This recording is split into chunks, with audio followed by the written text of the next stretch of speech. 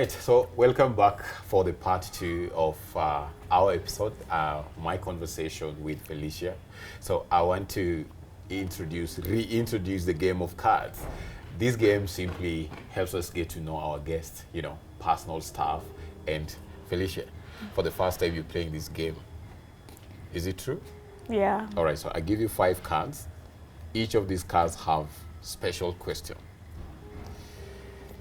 I have my 5, so I'll ask you a number of questions here, and we hope that you're gonna be honest, right? Okay.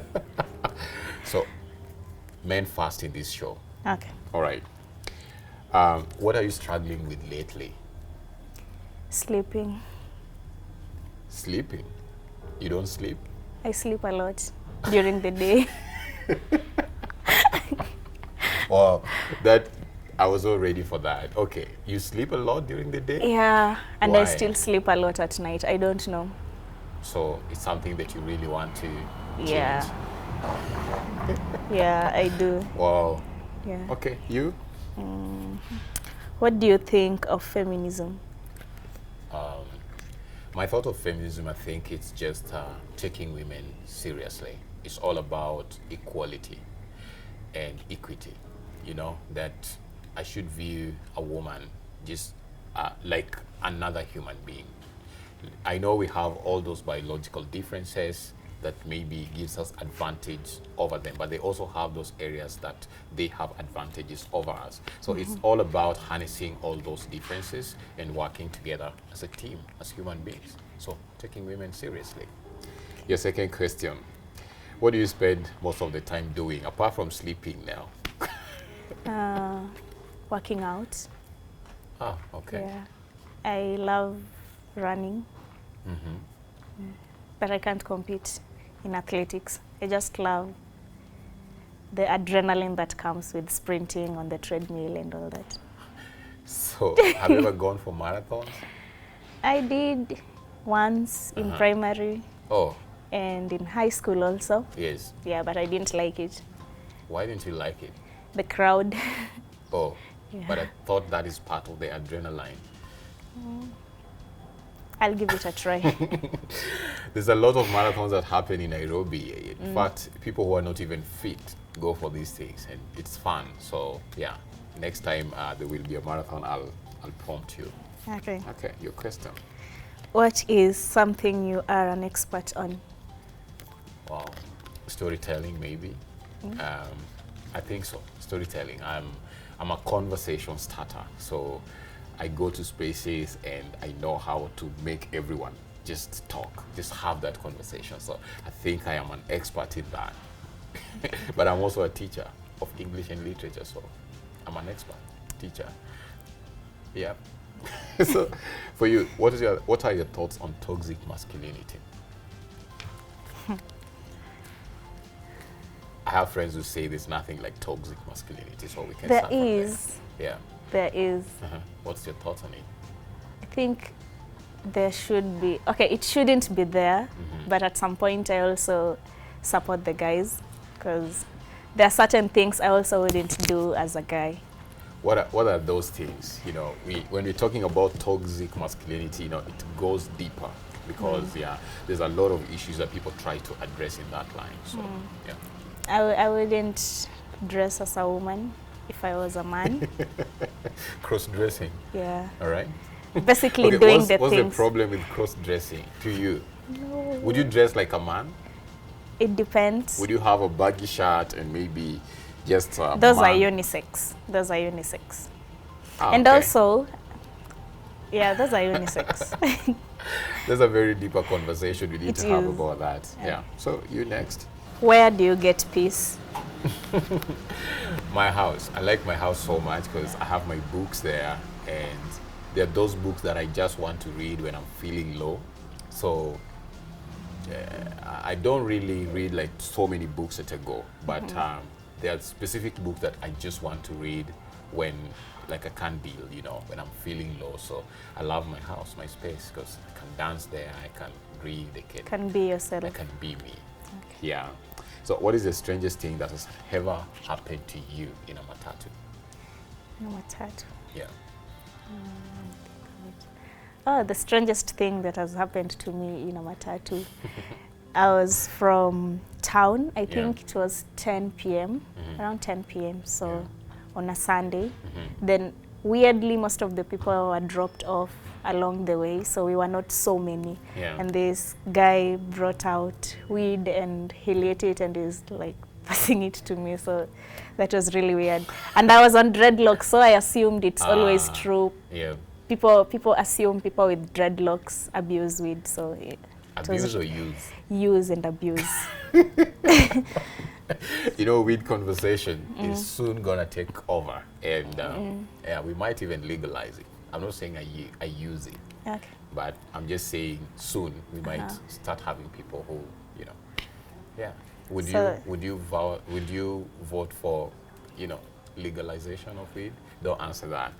So what makes you what makes you smile every single time it happens? What makes me smile? Yeah, that one thing that anytime it happens you feel good. When someone compliments me. Oh. Yeah.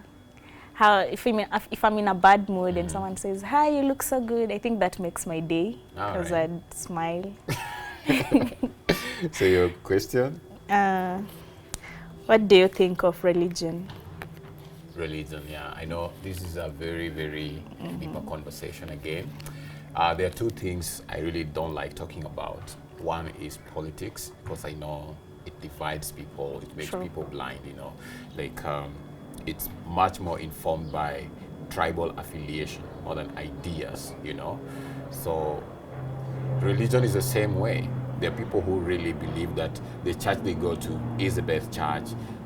You know, the God I believe everyone serves the same God, but maybe you find those Muslims who believe Christians are kafirs, or we have Christians who believe that the Hindus and the Muslims are not really people who are worshiping the real God, you know. So it's a whole conversation that I don't really like having so much, but I just think religion is just how your God, you feel your God exists in your life, you know. So I tell everyone, you're not born a Christian, you're born into a Christian family and they made you one. They made you a Christian. You're not born a Muslim, you know. You raised into one. You're born into one, a family, you know, and then it becomes you.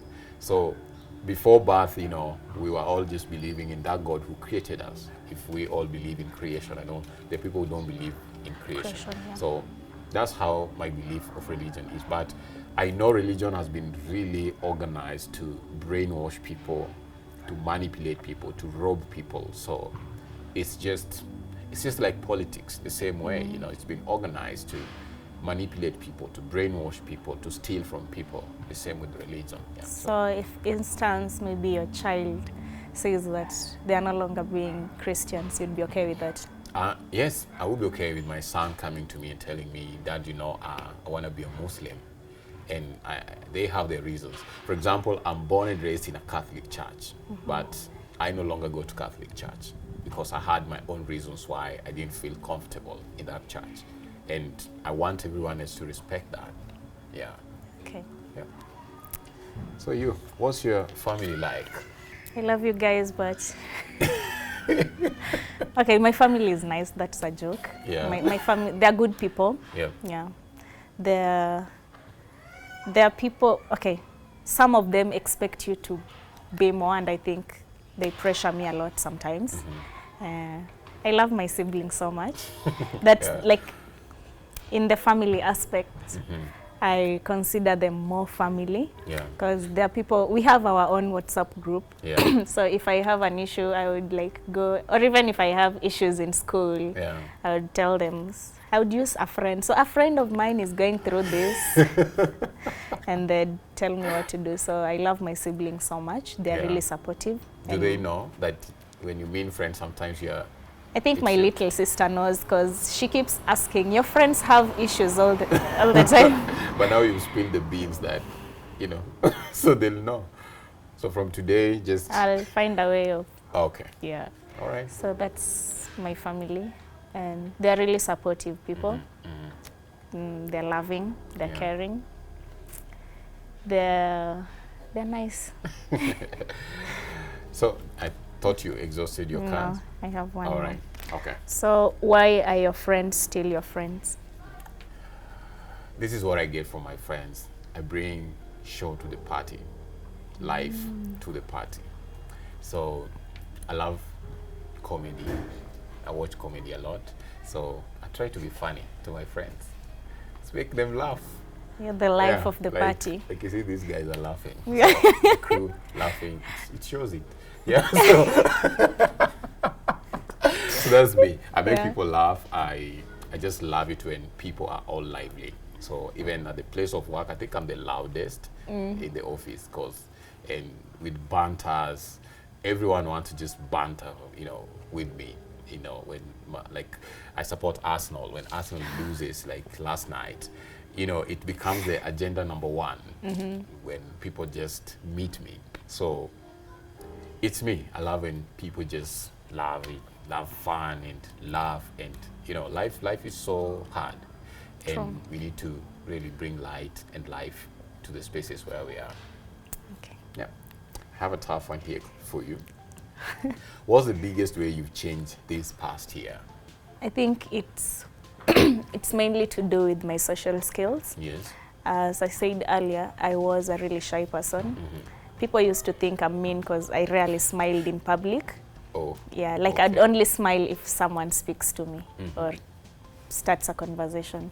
I would go to a public place and I would sit alone in conferences. Yeah. I'll just do what brought me there. When it's time for socializing, I would leave. So I think over the past 3 or 4 years, I've really learned to make friends. I've really learned to appreciate other people Wow. and to also accept corrections from Especially people. from your mom. Yeah, especially from her. Yeah, Okay. yeah. Wow. Yeah, I think I got that when I first met you at, when you came to our offices with your uncle and you didn't ask a single question. You're just there like, yeah, you guys go about Do your business. things, Yeah, yeah. I don't really, I'm not really here. So I hope that changed. It did. Now if you visit, you'll I'm ask super everyone talkative. question. Yeah, Super talkative.